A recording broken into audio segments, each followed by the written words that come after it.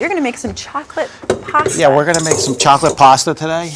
We wanted to do something kind of different, set us apart a little bit with what she's doing. So, well, I love your savory pastas, so I imagine that your sweet pasta is going to be equally It is. It's good. actually a basic. The recipe is tested. We've tested it. It works. It's Do you add sugar to it? I add sugar. It's okay. Brute cocoa powder, I mean, look how eggs, dark this is. and This Durum is, Flour. can I flip this over? Yeah, sure.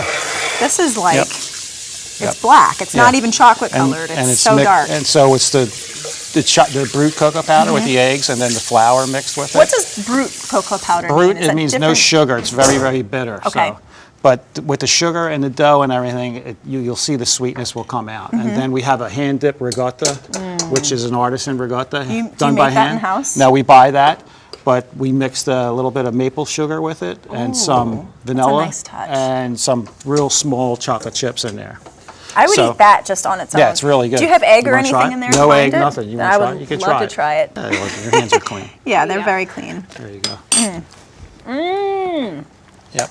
All right, so basically we got the machine here. We're just going to work the dough down just like a regular pasta, just the same way. So we'll need to incorporate a little bit of flour with it as well. Okay. And you can see how rich in chocolate it is. It really is. Yeah.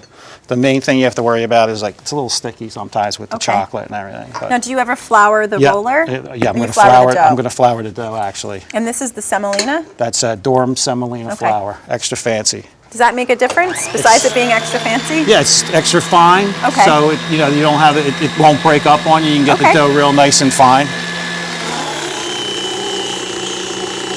So this is beautiful, nice and thin. Yeah, well, you can't get it too thin because of the chocolate. It's not.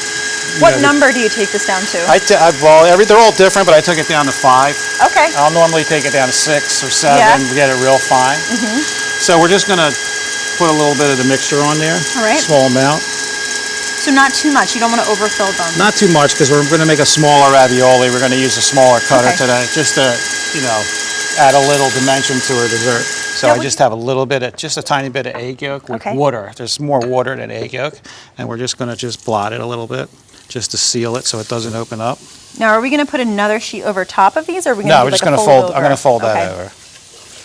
I like that little technique you have working there. Yeah, because if you, we don't want to waste too much. So we just want to seal them a little bit. Can I try one? Yeah, absolutely. Seal them up. So you just want to go through with your fingers and make just sure go with your fingers, just like a regular ravioli. Not so they don't explode. Right. Now, what happens if there's air pockets in here? It doesn't. I try to push them out most of the time. I get them out. If you start at one side and you push it out. Because I found when I make ravioli or filled pastas at home, that can sometimes be an issue. So what we're going to do is we're going to take the brush, and what we're going to do is brush a little bit of the corner like this. Why is that? And we're just going to turn it over like that, and then squeeze it like that. Did I do that right? It's looking pretty good. Yeah, it looks great. Like a little hat. It's like a little hat. Little chocolate hat. I did it a little different. And Angela's going to put her superb sauce on top of it. Well, what kind of sauce are we making? Angela? We're doing a dolce de leche. Yum. You want to start dropping cooking the raviolis? Yeah, sure. How many should we cook off? Are you going to use this little? Yeah, all of them. Are you all kidding of them? me? Okay. Come on. Sure. Have you been to the chef's kitchen before? I think you know us by now. And how long will these take? Just a couple minutes? Just like 2 or 3 minutes. Cool. So that filling's going to warm up. The outside's just going to cook You just don't want to boil them too fast because so leave it they're at a little more delicate of with the chocolate. Just a and light everything. simmer. So you can see like the color kind of changed a little bit. Yeah, definitely. They're looking much more chocolatey now. Yeah, it definitely doesn't look like a pasta at this point. It looks like a piece of chocolate. For sure. Do you flip them at all? Or? Nah, I don't really play with them too much. Yeah, I guess you don't want to mess with them. Yeah, they're pretty close. Okay. They're almost ready.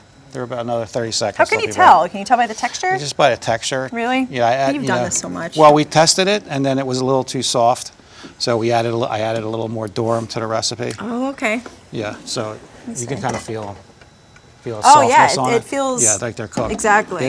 They don't really need to cook like a real ravioli, so they're ready. At this point, they're ready. I'm going to take them out.